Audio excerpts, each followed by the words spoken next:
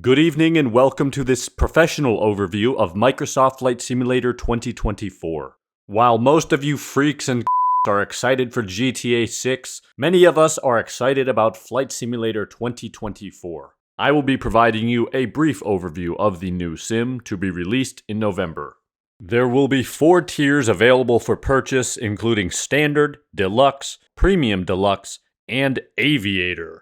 Some other things include a lot of planes that you can simulate flying around.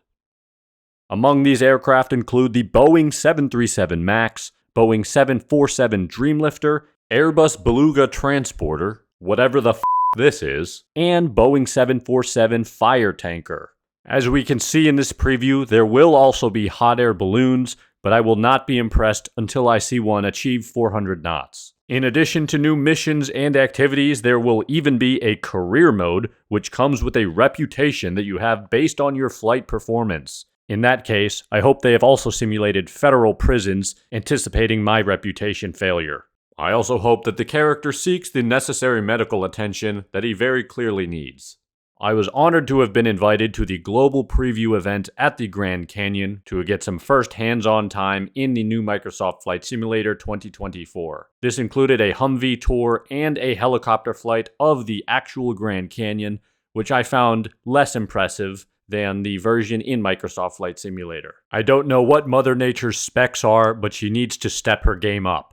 During my hands-on time at the preview event, I chose the Boeing 737 MAX to do traffic patterns at JFK and launch myself into violently unrealistic thunderstorms. All jokes aside, the new weather engine is absolutely stunning, but jokes back in play, the 737 MAX didn't encounter any catastrophic structural failures, which I found very disappointing. There are so many other improvements, including photometric lighting, advanced ray tracing for shadows, improved pre-flight planning, faster cloud-based installations and updates, EFB integration, and many other things which I don't fully understand. I do feel the need to clarify that it is largely based on Flight Sim 2020, but with many additional improvements and features. In other good news, the weird 767 A330 hybrid will finally be knocked out of the gene pool because 91% of air traffic AI will be realistic to real-world standards. There are enhancements coming to the FS 2024 marketplace, which allows you to rent add-ons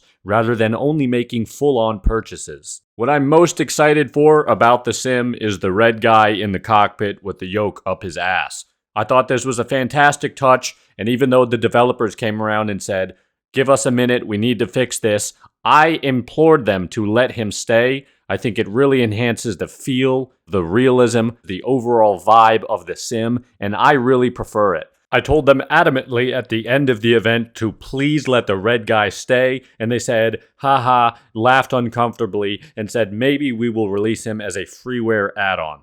Although the red guy was a mere character glitch, it was fixed, and I thoroughly enjoyed my first test flight in the new simulator. After a semi-successful landing, we did have an A380 skid across all runways and taxiways in the most unexplained way that even the developers monitoring wondered and laughed what the hell was happening. Hold short. Somebody's calling a phone number. It appeared the A380 was just searching for the nearest watering hole, seeking rehydration.